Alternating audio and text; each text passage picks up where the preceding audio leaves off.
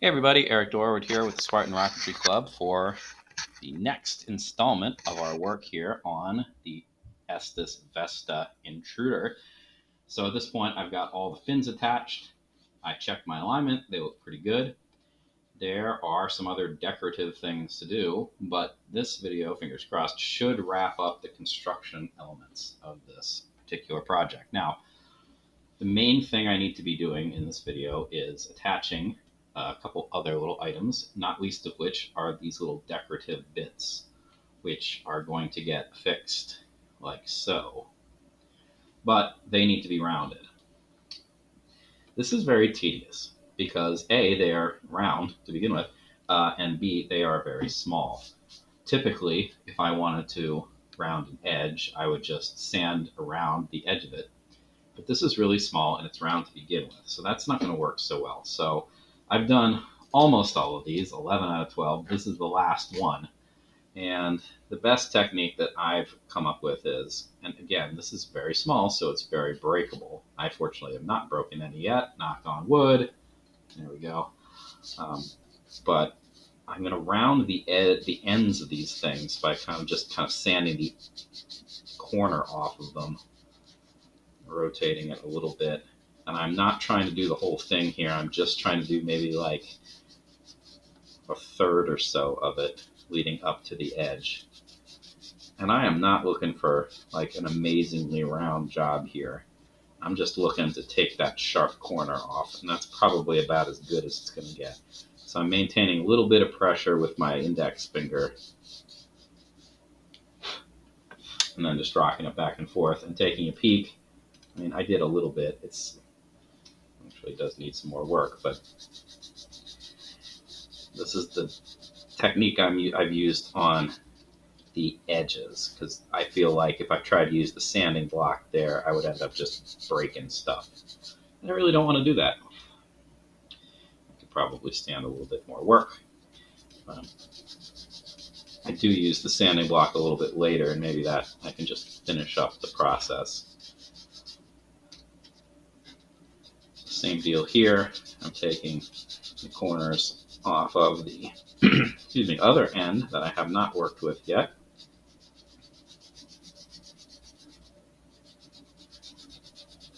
And I'd rather this take a while, be slow going, than to try to blast through this and break anything.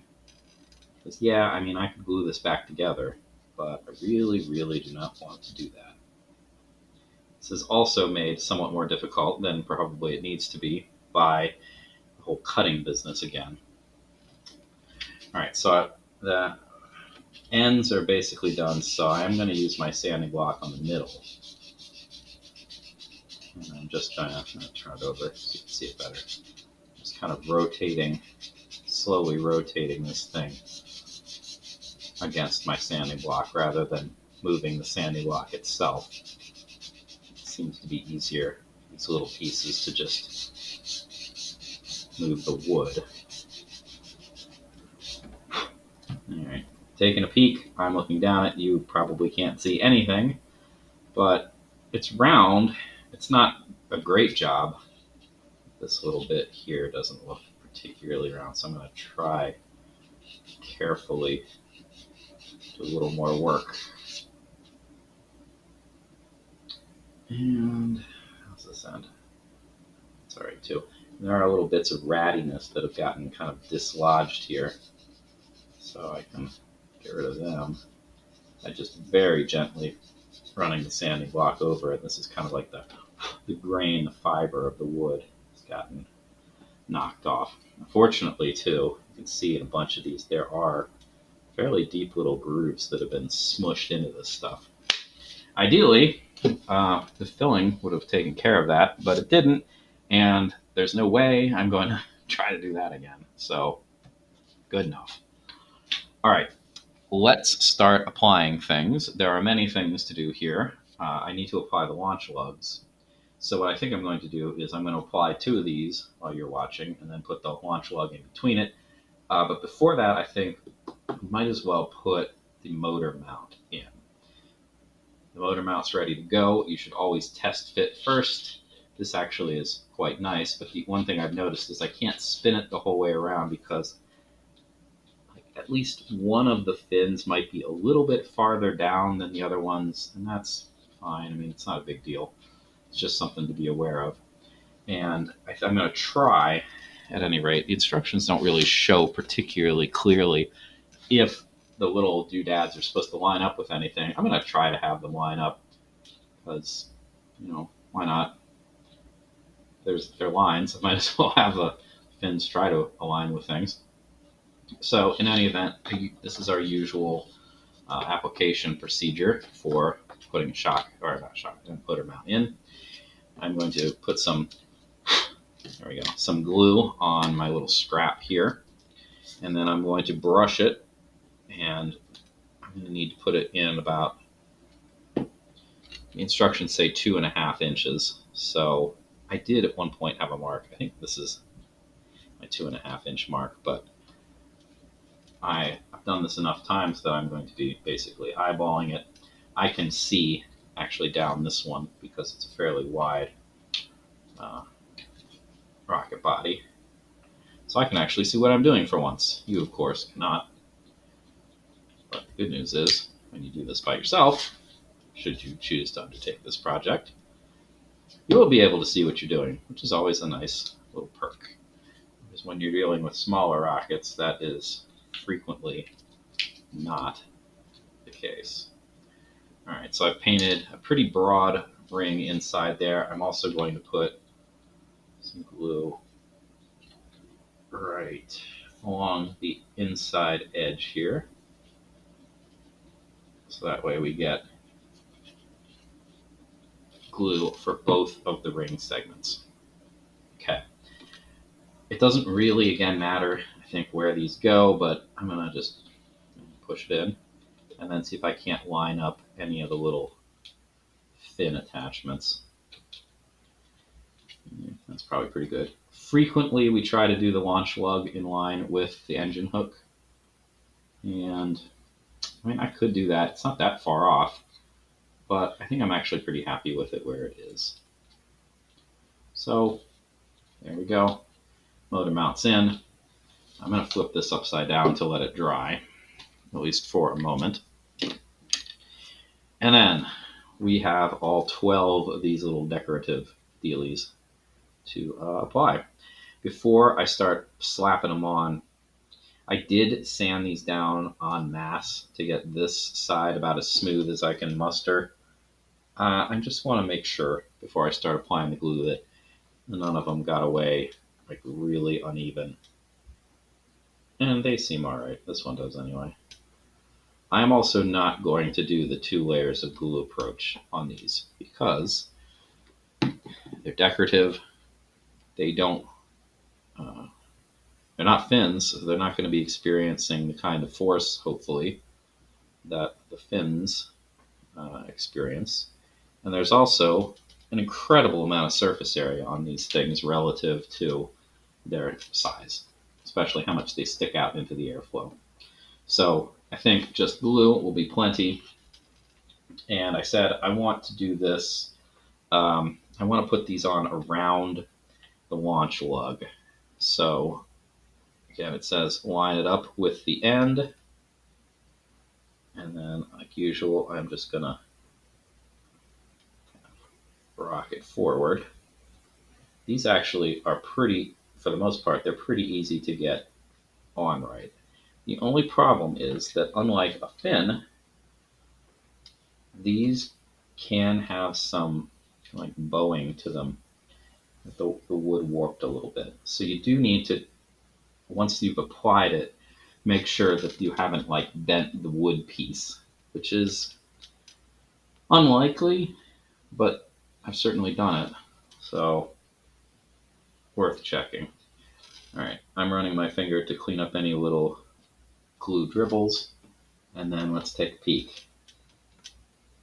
It looks pretty straight, having a look down here. It's actually not completely in line with this fin sticking out here, which is kind of odd. It just means that I didn't draw the line super straight, I guess, when I used the door jam, but it's good enough.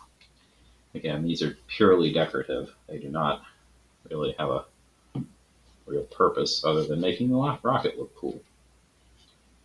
Okay, so let's do another one.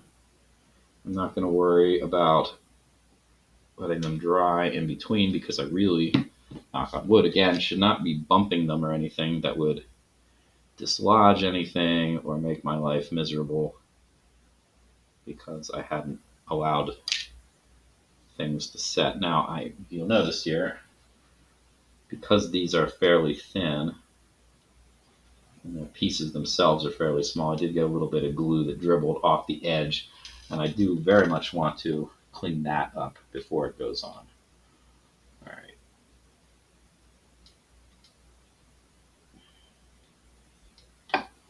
It's the same deal. These, you'll notice too, they're not the same length. That's another product of having to cut these, and I did end up trimming them as they came out of the wood because some of them had kind of like ratty edges to them. So unfortunately, they're not all the same length, which makes this look a little amateurish, unfortunately. But hopefully it won't really be noticeable in the finished product. Cleaning up my seams and checking to make sure that it is straight and not warped in any of that stuff, and it looks pretty good. It's actually kind of peeling off the back here, so I do need to hold that down. Oh, and same deal at the end of this one. Both of them seem to be kind of pulling away, which leads me to believe that, again, this is a consequence of having cut these beyond the laser cutting. So I need to make sure that they are firmly glued down, because I will, if I need to, I'll put fillets on these things. I don't really want to put fillets on these decorative parts, but if they're sticking up in the air, I won't really have much of a choice. And yeah, so this one is a bit, it's not level. So I might need to sand the whole collection a little bit more to make sure that they're smooth the whole way down. So I don't want to have to hold all of these things up, spend the excess time holding them in place, make sure the glue is fully set. I'm probably going to have to do fillets on these just because it seems like the only way to deal with this. All right, well, in any event, the remaining 10 I will do on my time. Now, as for the launch lugs, they're going to go like this. But the problem with that is, well, basically the deal is I can't put the launch lug, this one, right on the line. I can't have it centered because the line is underneath this part of the fin, which is exactly what's supposed to happen. Screw this up.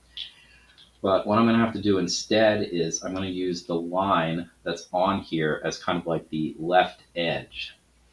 So yeah, and then I'm going to have to be very careful about making sure that they are properly aligned. Because of course, if the launch lugs aren't aligned, you can't put it on the rod. And if you can't put it on the rod, then you can't fly it.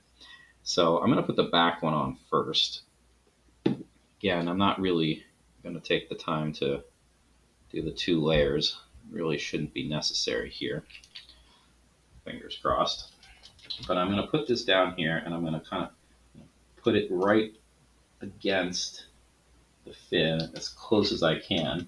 Now, in doing so, I've created a little bit of a glue bubble in there, which I'm not terribly surprised by, but I do need to get that smoothed out as best as I can, because I certainly don't want that anywhere near the hole in the launch lug. I have to do that back here as well. I'm just going to spread it so that it's not anywhere near. Because of course, if you get glue plugging the launch lug, it means your launch lug won't be 3/16 of an inch in diameter anymore. And if that's the case, then the rod won't work. I have one I really like it. I did a pretty good, not to toot my own horn, but I did a pretty good job making it. It looks nice. It has a 3/16 rod lug on it. And I don't know if I didn't quite get it straight or what I did exactly, but it doesn't work.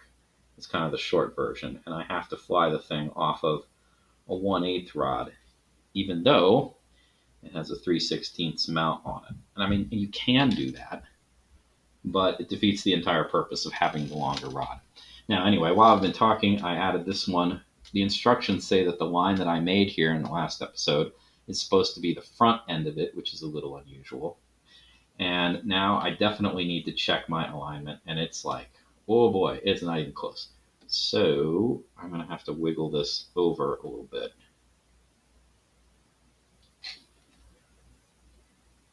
It actually looks like through some coincidence or just random luck that the line I drew, even though this is not on the line, this one is, and they seem to be lined up, ironically enough. So like my own slight errors have kind of canceled each other out. At this point, I am checking to make sure that I can see like right down the middle, and that these two are as aligned as possible. It probably needs to go over just a little bit more. And you definitely have to do this while the glue is still wet so you can move things. Now, as soon as I'm done here, before I put any more of these strakes on, I'm going to go and I'm going to get my launch rod, my actual pad, right, and put this on the pad. Glue still be tacky, so I could, if I'm not careful, I could dislodge these entirely. But I definitely want to make sure that they are lined up, because if they're not, again, I'm not going to be able to fly this thing. And that would be unfortunate, because it's a cool looking kit. And, I've put time into this. So I would very much like it to look good and fly. All right, so that looks pretty good. Again, I will go test that. I have a whole bunch more of these little guys to add. And that basically takes care of the construction phase. After this, so remember, I don't have to do the typical business with filling the wood and all that kind of stuff. I might sand these a little bit more, just the edges of them. Maybe, I'm not going to round them because the cardstock is right up to the edge, so I'm not going to do that either. So it's probably straight into spray paint priming and then painting. So we will pick things up there. Thanks for watching. I'll see you in the next part.